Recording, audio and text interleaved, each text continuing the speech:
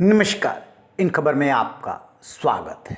G20 शिखर सम्मेलन संपन्न होने के बाद अब इस बात पर मंथन हो रहा है कि किसने क्या खोया, क्या पाया, भारत को क्या मिला।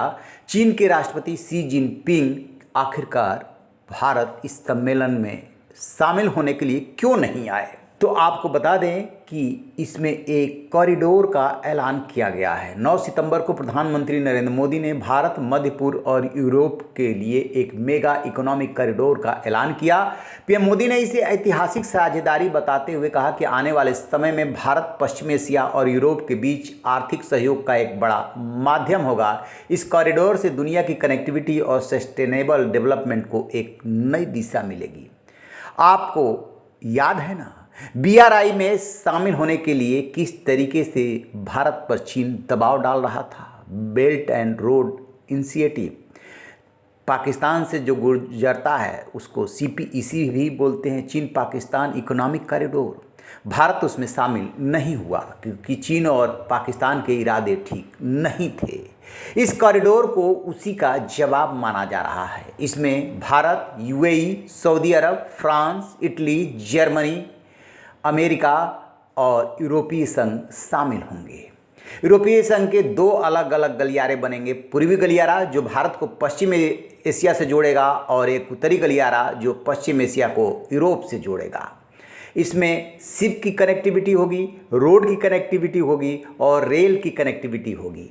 भारत, मध्य पूर्व, यूरोप आर्थिक गलियारे की स्थापना के लिए हस्ताक्षर किए गए समझौते पर लिखा है कि इस कॉरिडोर में रेलवे, शिपिंग नेटवर्क और सड़क परिवहन मार्ग शामिल होगा। इस आर्थिक गलियारे का लक्ष्य भारत, सऊदी अरब, संयुक्त अरब अमीरात, जॉर्डन, इजराइल, यूरोपीय संघ के लिए रेल और बंदरगाहों से जुड़ा एक नेटवर्क बनाने की है, जिसकी मदद से ये सातों देश partnership for global infrastructure investment के तहत इन्वेस्टमेंट करेंगे। यह आर्थिक गलियारा बाइडेन प्रशासन के लक्ष्यों के मुताबिक है। इजराइल और खाड़ी राज्यों के बीच संबंधों को सामान्य बनाने में भी ये बहुत महत्वपूर्ण साबित हो सकता है।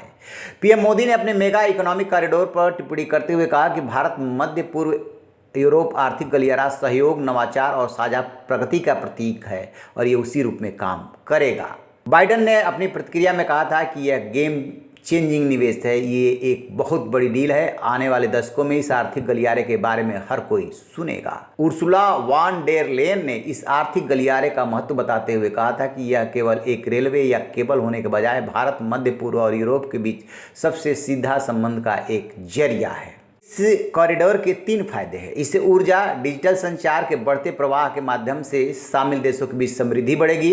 ये परियोजना निम्न और मध्य आय वाले देश में विकास के लिए आवश्यक बुनियादी ढांचे की कमी से निपटने में मदद करेगी। यह मध्य पूर्व को वैश्विक व्यापार में एक अहम भूमिका निभाने में मदद करेगा। वाशिंगटन DC में दक्षिण एशिया संस्थान के निदेशक माइकल कुगेलमैन के मुताबिक ये योजना चीन की बेल्ट एंड रोड इनिशिएटिव के सामने एक बड़ी प्रतिक्रिया का प्रतिनिधित्व कर सकती है।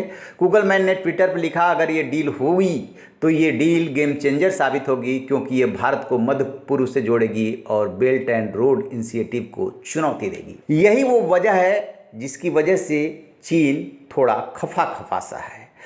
चूँकि ये डेवलपमेंट के लिए कॉरिडोर है इसलिए सीधे तौर पे वो विरोध कर नहीं सकता। अफ्रीकन यूनियन को G20 में शामिल किया गया, समर्थन करना उसकी मजबूरी थी। 2 दिन पहले ही उसने उस पर अपना समर्थन दे दिया था, लेकिन उसे क्रेडिट नहीं मिला क्योंकि शी जिनपिंग आए नहीं। भारत के प्रधानमंत्री नरेंद्र मोदी ने इसका ऐलान किया।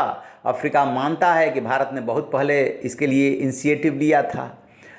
तो चीन जो है इस समय अपने को दबाव में महसूस कर रहा है। भारत से वो कहीं ना कहीं होड़ कर रहा है।